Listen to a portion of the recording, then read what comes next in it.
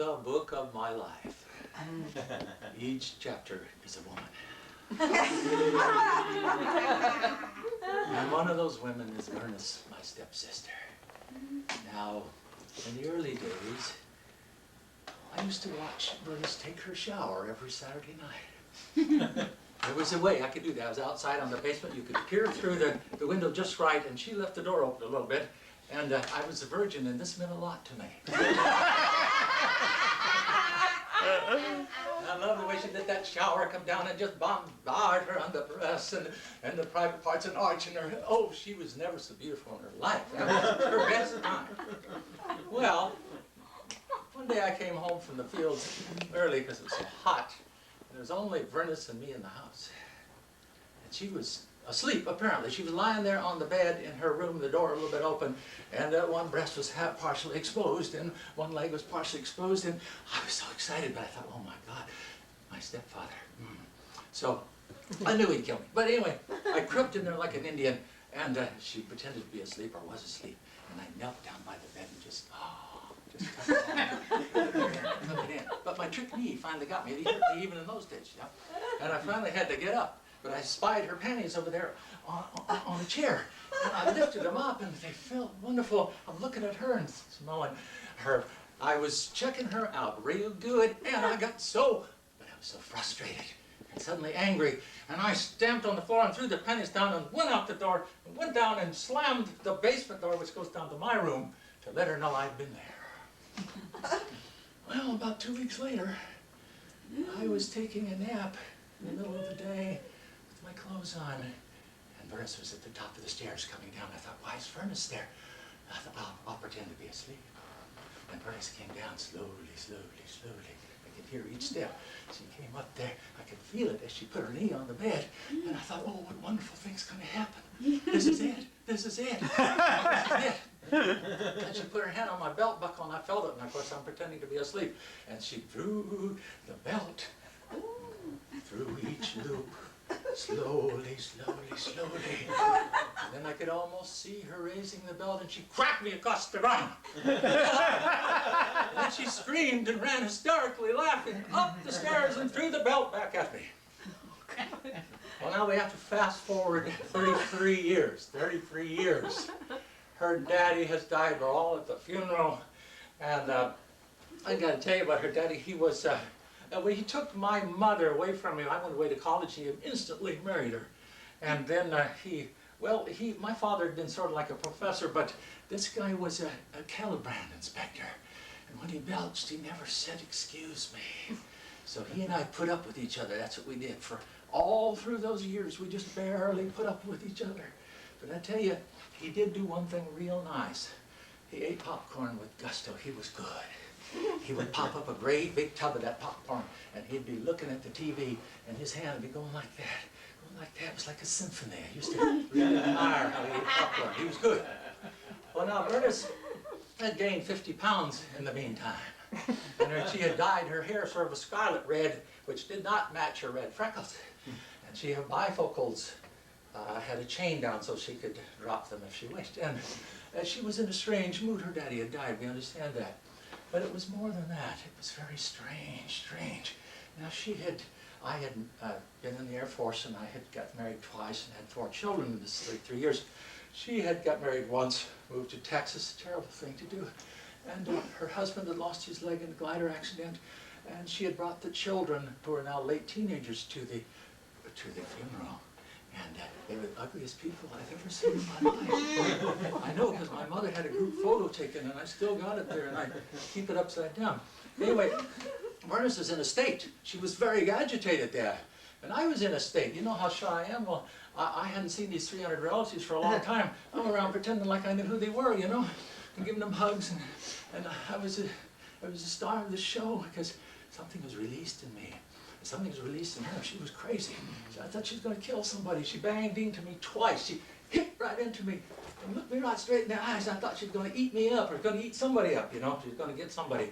We went home, and they got in a fight, my mother and Vernyce, because my mother left the turkey out during the funeral. And Vernyce says, "You'll kill us all."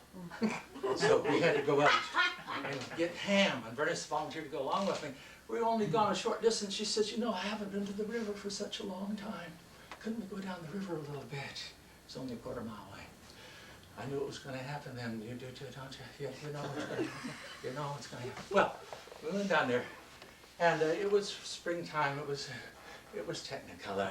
The old bridge was there that had caved in. They hadn't fixed it. Little whippoorwills and the birds that twitter. And we went over to the dam. She led me across the rivers, much narrower than I remembered. We went across the dam. And went down into the vacant irrigation ditch, which had no water in it. In the old days, you could swim. It was like this. There wasn't that. It was bone dry. Went down in there. You could hear your voice, echo, echo. And she confronted me there suddenly. And she's saying, what does it mean? What's the meaning? What are we going to do? What's the meaning of all of this? And I didn't know what she was talking about. And then she says, "You used to watch me, didn't you?" And she said, "And you sniffed my panties that time, didn't you?" And she says, "You used to want to do it to me real bad, didn't you?" Well, I sort of halfway nodded my head in. And she starts to take her clothes off. And we're standing there, and a couple of buttons fall off and hit the concrete. I'll never forget the sound of that. As she's pulling off her clothes in a hurry, and her breasts are far too large for this flimsy little, whatever you call it there, and they were just enormous. And the red went from her face down to the breasts, and and she's taking it off, and I'm just standing there, and she says, "You wanted to do it. Well, you do it to me now. Now. And I'm just standing there, man. I'm shaking, you know. And finally, she comes over to me, and she's starting to cry. And this gets to my, it got to me. And she's naked, huh? She put her red hair under my chin, and she's saying, "We could do it." And I said, "Well, we don't have to do anything." And she says, "Well, it means something. Do it. Do it for me." So I knelt down with her to the hard concrete, used my body as a shield, brought her down on top of me, and I wondered later if a farmer had come up at that moment, see this fully naked lady on top of this fully clothed middle-aged man. He'd had a cow that had gone local, you know. Anyway, and I'm thinking, wait a minute, we didn't get the ham yet. We didn't get the ham. And I'm thinking about her husband, how he views the world. And I'm thinking, oh, her daddy got even in the end. Didn't he get me in the end? Didn't he? He's right there in the grave. He's laughing at me right now. Because, you know, her old man and me, but we had something in common now, Vernyce. Thank you.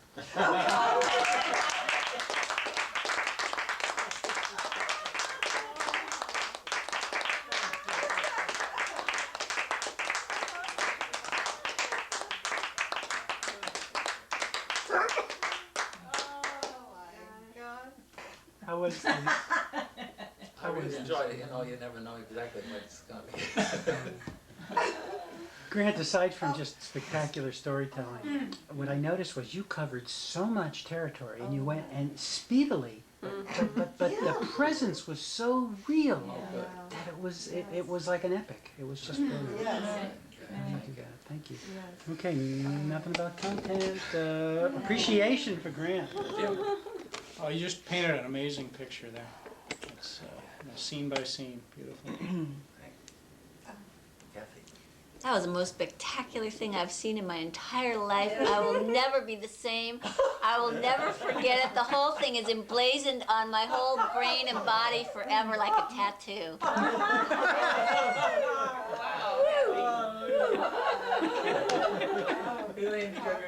Yeah, it was just great pacing, and it just, I can't say anything about content, but just love the whole big picture, you know. Just, I was like on the edge of my chair, and I know she kept looking at me because I kept making noises. I mean, it really had me going, you know. I was just there in the palm of her hand. And Carolyn? I think John Steinbeck has been reincarnated. It's just the kind of story he would have told, and you just told it so well. You're a consummate storyteller. Yeah, I'm not sure I can talk.